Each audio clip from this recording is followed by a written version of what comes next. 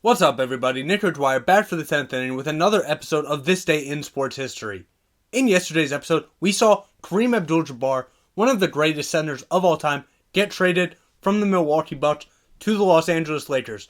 We do have another trade today, maybe not as blockbuster as Kareem, but we do have a trade. Before we get into today's video though, I just want to say I hope everybody out there is having a great day, and remember, if you're feeling down or depressed, you are not alone out there. There are many people out there feeling the same way as you. There are many people out there willing to help you. It's just as simple as picking up that phone though. Now let's get to the video. If you're new to the channel and you like what you see, hit that subscribe button. If you want more of this kind of content, hit the like button. Now, let's go. This Day in Sports History.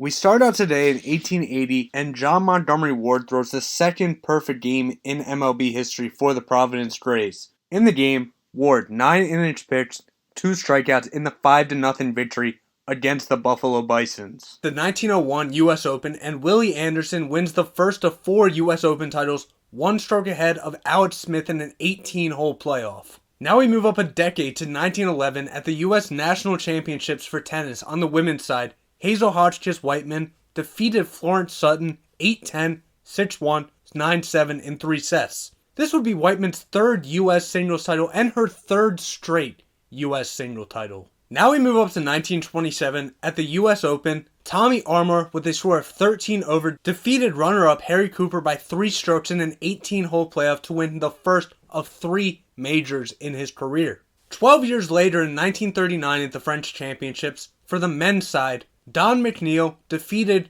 Bobby Riggs 7-5, 6-0, 6-3. McNeil was also a collegiate champion. This would be his only French title of his career and the first of 2 majors in his career. Now on the women's side at the 39 French Championships, Simone Matthew defeated Jadwiga Jedrzejowska 6-3, 8-6 in straight sets.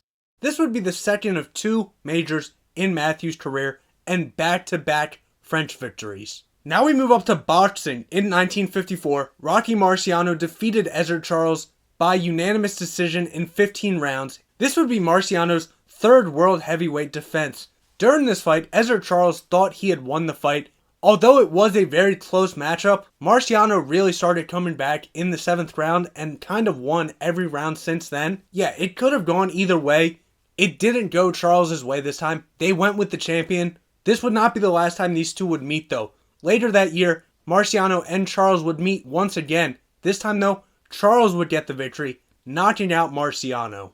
6 years later in 1960 in Major League Baseball, Ted Williams, one of the sweetest left-handed swings of all time, maybe the greatest hitter of all time, hit his 500th home run off of Win Hawkins. This home run came in the top of the 3rd inning with a tie score of 1-1. Williams ended up hitting a 2-run home run to left field, becoming only the 4th player to join the 500 home run club, with Mel Ott, Jimmy Foxx, and Babe Ruth all getting there before him. Now we have some U.S. Opens to talk about. In 1961, Gene Littler, with a score of 1 over, wins his only career major, 1 stroke ahead of runners-up Bob Golby and Doug Sanders. Then 1 year later in 1962 at the U.S. Open, Jack Nicklaus, with a score of 1 under, won his first major of 18 overall, 3 strokes ahead in an 18-hole playoff with Arnold Palmer. At the same time as the 1962 U.S. Open, we also had the 1962 FIFA World Cup final, which saw Brazil going up against Czechoslovakia. Brazil went down 1 early in the game with a goal from Josef Masopust in the 15th minute for Czech. Amarildo then scored in the 17th minute for Brazil. Only 2 minutes later, tying up the game. They went into halftime, tied 1-1. In the second half though, Brazil dominated. Zito scored in the 69th minute. Then Vava scored in the 78th minute, giving Brazil 2 more goals, giving them the 3-1 victory and their 2nd World Cup trophy. Now we move up nearly a decade later in 1973 at the Canadian Open. Jocelyn Bourassa, with a score of 5 under, wins the inaugural event after a playoff with runners-up Sandra Haney and Judy Rankin. At the same time as the Canadian Open, we also had the U.S. Open going on for the men's side. Johnny Miller, with a score of 5 under, scored a final round 63, 8 under to win his first major championship of 2 overall, 1 stroke ahead of runner-up John Schlee. Now we move up to 1976, and we have the ABA and the NBA announcing that they would be having a merger, and 4 teams from the ABA would move to the NBA. The Nets, the Pacers, the Nuggets, and the Spurs. Now we go back to the US Open in 1979, and Hale Irvin, who played for an even par after 4 rounds, won his second US Open title of 3 overall, 2 strokes ahead of runners-up and former champions Jerry Pate and Gary Player. 12 years later at the 1991 US Open, Payne Stewart, with a score of 6 under, won a Monday playoff with 1987 champion and runner-up Scott Simpson. This would be Stewart's first of 2 US Open titles in his career and his second major of 3 overall. Now we have the trade I mentioned at the beginning of this video, maybe not as big as the Kareem Abdul-Jabbar trade, but in 1992, the Philadelphia 76ers traded Charles Barkley to the Phoenix Suns for Jeff Hornacek, Tim Perry, and Andrew Lang.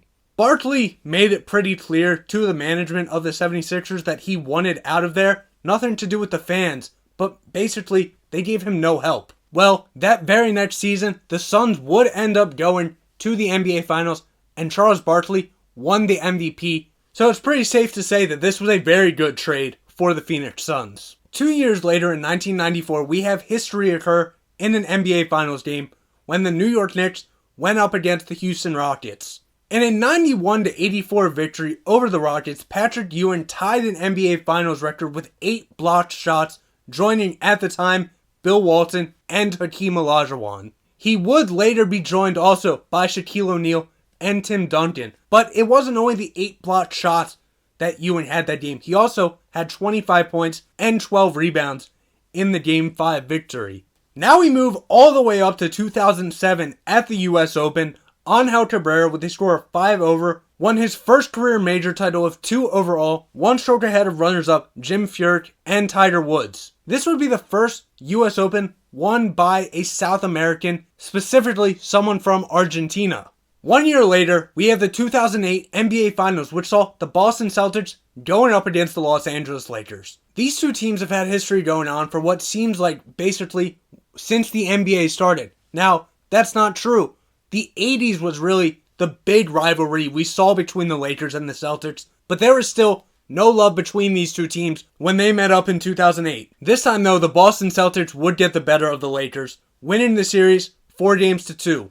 Paul Pierce would average 21.8 points in the series, Ray Allen 20.3 points, Kevin Garnett 18.2 points and 13 boards, Rajon Rondo 9.3 points, 7 assists. For the Lakers, Kobe Bryant 25.7 points, Pau Gasol 14.7 points, and Lamar Odom 13.5 points. The Game 6 victory for the Celtics is the most lopsided victory to end an NBA Finals in its history. The Celtics would end up winning by 39 points, 131-92. In the victory, Kevin Garnett and Ray Allen both had 26 points, Rajon Rondo added 21 points, Paul Pierce had 17 points in the victory, giving the Celtics their 17th championship. 2 years later in 2010, we're right back to the NBA Finals, and we're right back with the Los Angeles Lakers and the Boston Celtics. This time though, it'd be a little different. The Los Angeles Lakers would end up winning this time, 4-3. In the series, Kobe Bryant 28.6 points, Pau Gasol 18.6 points,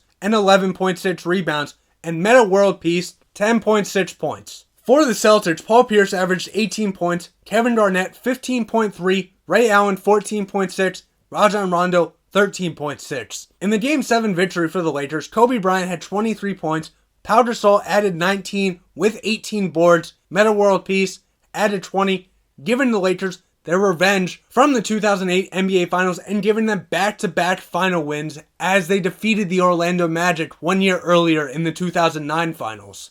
Now we end off today's video with 2 US Opens. First in 2012, Webb Simpson, with a score of 1 over, won his first and only major title, 1 stroke ahead of runners-up Graham McDowell and Michael Thompson.